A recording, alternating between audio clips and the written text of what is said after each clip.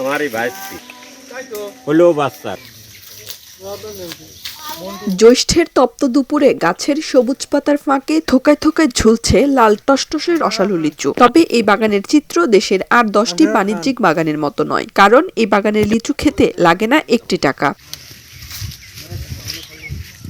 পাবনার সাঁথিয়া উপজেলার আলোকদিয়ার গ্রামে ইছামতি নদীর পাড়ে গড়ে উঠেছে এই রূপকথার মতো লিচু বাগান। 8 বিঘা জমির উপর শতাধিক গাছের এই বাগানে প্রতিদিন বসছে বিনামূল্যে লিচুর মহোৎসব। স্থানীয় স্কুল পড়ুয়া শিশু, গ্রামের বধূ থেকে শুরু করে প্রবীণ মানুষ, এখানে সবার অবাধ যাতায়াত।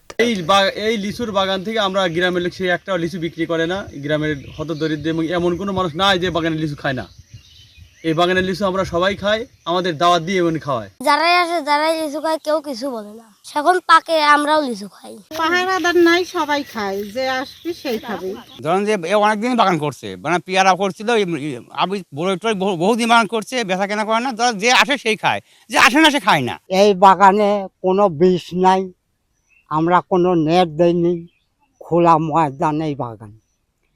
পাখি মারলে আমার মারা নিষেধ আছে।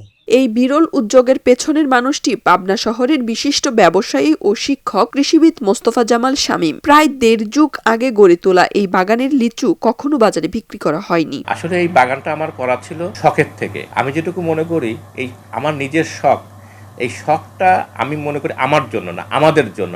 আমাদের শব্দটা যখন আসছে, তখন আমার এলাকার যে সমস্ত মানুষ আছে তাদের সঙ্গে আমি আমার শখটা শেয়ার করছি। শেয়ার করার পরিপ্রেক্ষিতে এই বাগানটা আমি কখনোই বিক্রির উদ্দেশ্য, কখনোই বাণিজ্যিকভাবে কখনোই চিন্তা করিনি।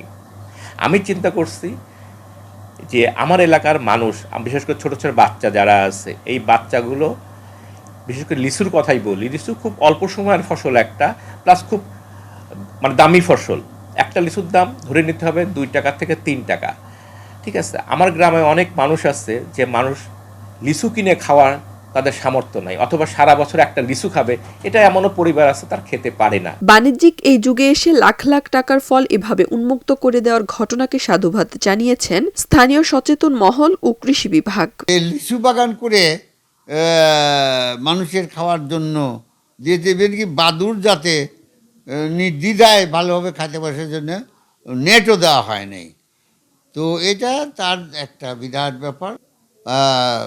শামীম যে সমাজসেবামূলক যে কাজ করে, এই কাজের মানে আসলেই যদি সবাই এগিয়ে আসে, তাহলে সমাজ অনেক আগায় যেতে পারে, অনেক উন্নত হতে পারে। লিচু একটি উচ্চ মূল্যের ফসল। একবারে হতদরিদ্র যারা বা দরিদ্র যারা, তাদের ছেলে মেয়েদের লিচু অনেক সময় কিনে খাওয়াতে পারে না। এদের জন্য একটা স্বস্তির বিষয় এসেছে যে তারা সেখানে লিচু দেখে বাচ্চার জন্য নিয়ে আসতে পারছে, এবং যাদের কেনার সামর্থ্য নাই তারাও বাচ্চাদের লিচু খাওয়াতে পারছে। এতে পুষ্টির চাহিদাও পূরণ হচ্ছে, বাচ্চাদের শখও পূরণ হচ্ছে।